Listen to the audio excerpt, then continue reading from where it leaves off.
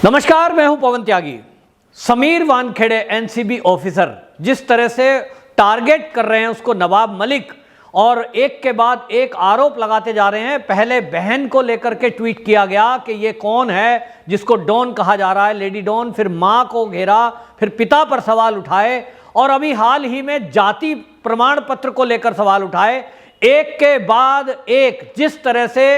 Personal attack Sameer Wankhede के ऊपर, नवाब मलिक जो कि मंत्री हैं उद्धव सरकार में, अल्पसंख्यक कल्याण मंत्री और एनसीबी के पुराने लीडर हैं, जिस तरह से उन्होंने सीधी सीधी धमकी दी है समीर वानखेड़े को कि मैं 6 महीने के अंदर नौकरी छुड़वा दूंगा, 1 साल के अंदर जेल में भिजवा दूंगा। अब ये जनता को समझ में आ रहा है कि ये पूरा का पूरा आर्यन से ध्यान भटकाने के लिए, आर्यन खान को राहत दिलाने के लिए, और मेन जो ड्रग माफिया हैं उनको बचाने के लिए ये नवाब मलिक की सारी बयानबाजी हो रही है। इस सबको देखते हुए जब समीर वानखेड़े को खुली धमकी दी जा रही है, पूर्व सैनिक संघ समीर वानखेड़े के पक्ष में खुलकर उतर आया है। और आपको बताएं कि आज समीर वानखेड़े के पक्ष में पूर्व सैनिक संघ के पदाधिकारी एनसीबी के दफ्तर में एनसीबी के डीजी से मिले, और डीजी से मिलकर बाकायदा उन्होंने आग्रह किया है कि यदि किसी दबाव के कारण आप ये विचार कर रहे हो कि समीर वानखेड़े को ट्रांसफर कर दें,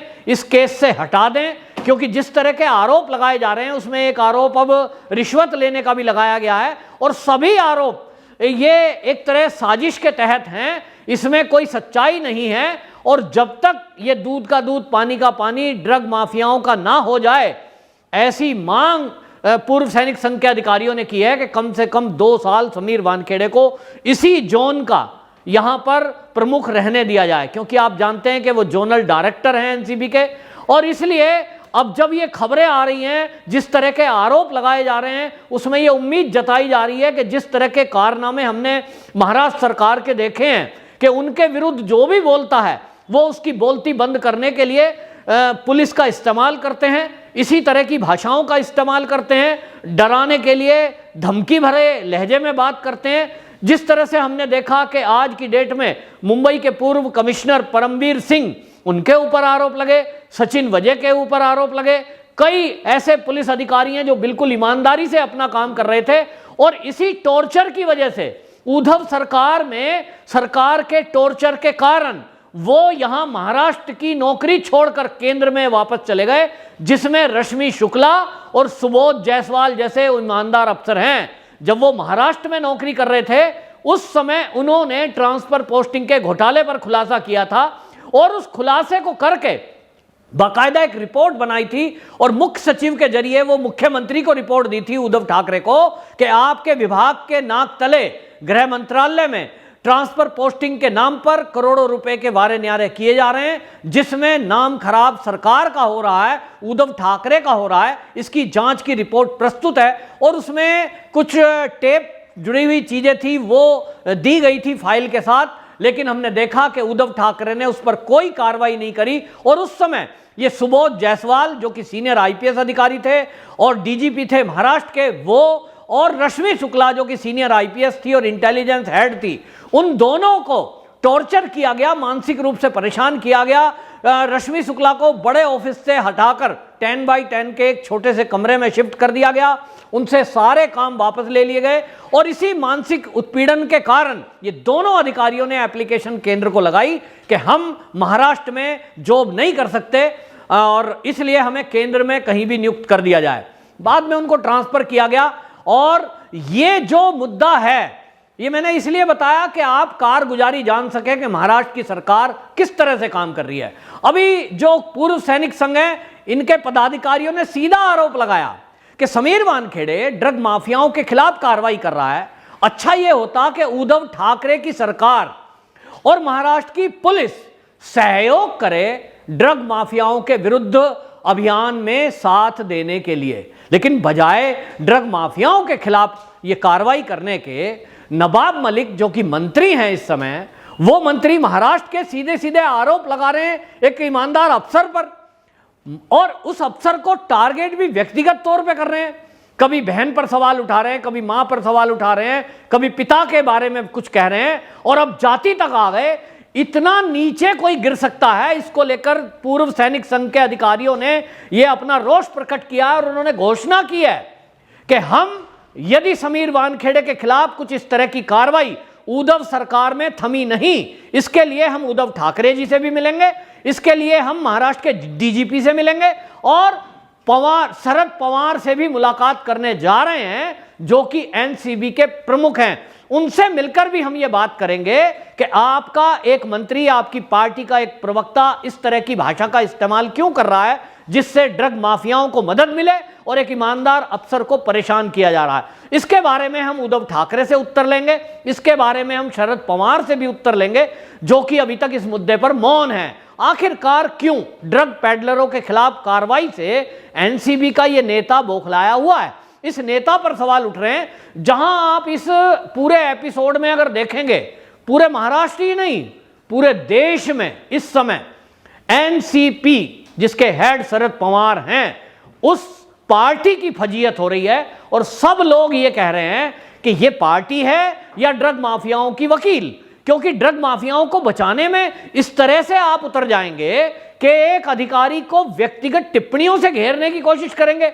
अगर कोई अधिकारी अपना काम ठीक भी नहीं करे तो भी आप उसकी नौकरी तक, उसके ऑफिस तक, उसके कार्यशैली तक रहिए, आप उसके परिवार पे कैसे अटैक कर सकते हैं। और यह काम कोई उठाई गिरा आदमी करे, कोई रास्ते चलता राहगीर करे, कोई गुंडा मवाली करे तो समझ में आता है, लेकिन एक मंत्री इस तरह की भाषा का इस्तेमाल करे, इस तरह के बयानबाजी करे, इसका क्या मतलब है? इसका मतलब तो सीधा सीधा एक मैसेज महाराष्ट्र सरकार की तरफ से पूरी पब्लिक में दिया जा रहा है कि महाराष्ट्र के अंदर जो ड्रग के कारोबार करने वाले हैं या ड्रग को कंज्यूम करने वाले हैं, उनके साथ महाराष्ट्र की सरकार पूरी सख्ती के साथ खड़ी है। अभी एक आर्यन खान जेल में है जिसके कारण Nawab Malik day by day कुछ ना कुछ बयानबाजी कर रहे हैं। इससे ये संदेश दे रहे हैं कि जो ड्रग माफिया हैं वो चिंता ना करें, जो अधिकारी उनके खिलाफ कोई कार्रवाई करने की कोशिश करेगा हम उसको जेल में डालने का ठेका ले लेंगे और उसको धमकी देंगे, उसको टॉर्चर करेंगे। इस बारे में आपको बताएं, एक प्रसिद्ध टीवी चैनल के पत्रकार ने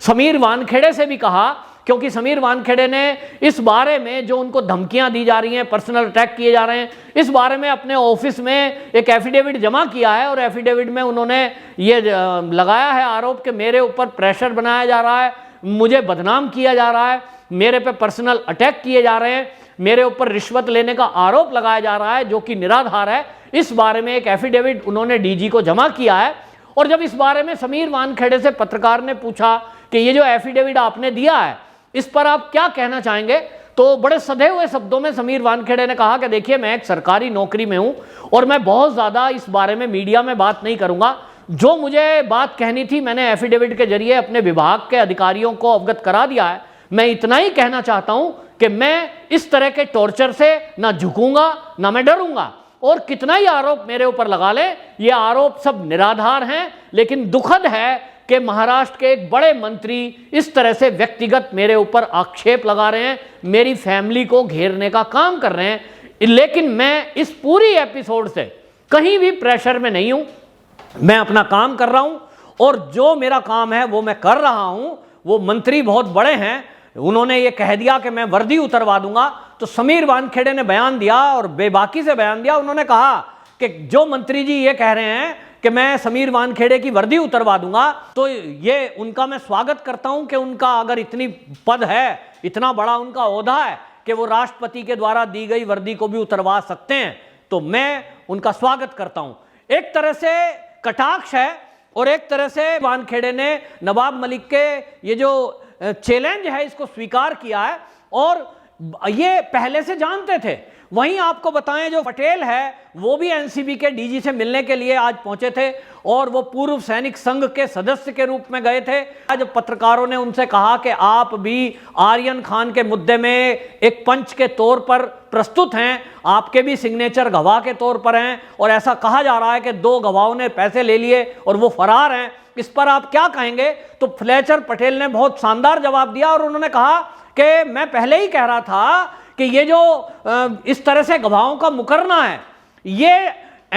किसी भी मुद्दों में आम बात है, चाहे तो जान के डर से, चाहे तो पैसे के लालच से ये गवाह पलट जाते हैं और जिसका लाभ अपराधियों को मिलता है। और इसलिए मुझे मेरे पूर्व सैनिक संघ ने इसलिए मुझे कहा है, मेरे अधिकारियों ने, कि आप मुंबई की पुलिस और एनसीबी की मदद करें और जो ये अपराधी हैं, ड्रग माफिया हैं, इनके खिलाफ कार्रवाई में महाराष्ट्र की पुलिस और एनसीबी के साथ मिलकर जहां जरूरत पड़े उनका सहयोग करें। और इसलिए मैं, जब मेरी जरूरत पड़ेगी, चाहे महाराष्ट्र की पुलिस को मेरी जरूरत हो, चाहे एनसीबी को मेरी जरूरत हो, गवाह के तौर पर जहां मुझे कहा जाएगा वहां मैं जाऊंगा। अभी आर्यन के केस में गवाह हूं, मैं और 2 केस में गवाह हूं, आगे भी मैं इसी तरह जाता रहूंगा, क्योंकि हम पूर्व सैनिक हैं, हमने देश के ऊपर शहीद होना सीखा है, देश के लिए लड़ना सीखा है, और इसलिए ना हम बिकते हैं ना हम झुकते हैं। तो आपको ध्यान होगा, इस फ्लेचर पटेल पर भी नवाब मलिक ने सवाल उठाया था और उस समय ये कहते हुए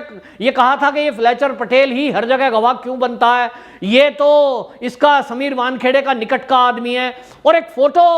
उस समय वायरल की थी उन्होंने अपने ट्विटर हैंडल से, जिसमें समीर वानखेड़े और फ्लेचर पटेल साथ साथ खड़े हैं, एक मंच है, उस मंच के बारे में भी पूर्व सैनिक संघ ने खुलासा किया और उन्होंने कहा कि हमने ऐसे देश के ईमानदार अफसर, चाहे वो सेना में हो, चाहे वो सेना में रहे हो, चाहे वो पुलिस में रहे हो, ऐसे लोगों का हम हर साल सम्मान करते हैं। और समीर वानखेड़े वो अफसर हैं जो 2008 से हमारे देश की सेवा कर रहे हैं, पूरी ईमानदारी से सेवा कर रहे हैं। और जो नवाब मलिक आज उनके प्रमाण पत्र और परिवार को लेकर निजी हमले कर रहे हैं, उनसे मैं सवाल कर रहा हूं कि 2008 से समीर वानखेड़े इसी तरह ईमानदारी से काम कर रहे हैं। तब तो मोदी की सरकार भी नहीं थी, मोदी की सरकार तो 2014 में आई है और समीर वानखेड़े नौकरी 2008 से कर रहे हैं। यानी उस समय कांग्रेस की सरकार में उनकी नियुक्ति हुई है, और उस समय कांग्रेस की सरकार में भी जब वो थे तब भी उन्होंने शाहरुख खान के ऊपर इसी तरह का जुर्माना लगाया था जो एयरपोर्ट पे लगाया था। और इस तरह की बातों से वाकई बिल्कुल एक खुलासा है कि वाकई में जो समीर वानखेड़े हैं उनके खिलाफ जो भी बयानबाजी नवाब मलिक दे रहे हैं वो बौखलाहट में दे रहे हैं, और कहीं ना कहीं इसमें एक इसको ये धार्मिक एंगल देने की कोशिश की जा रही है। जिस तरह की बयानबाजी और जिस तरह का सोशल मीडिया पे इस समय ट्वीट और बाकी चीजें चल रही हैं, उससे ये देखने में आ रहा है कि इस पूरे किस्से को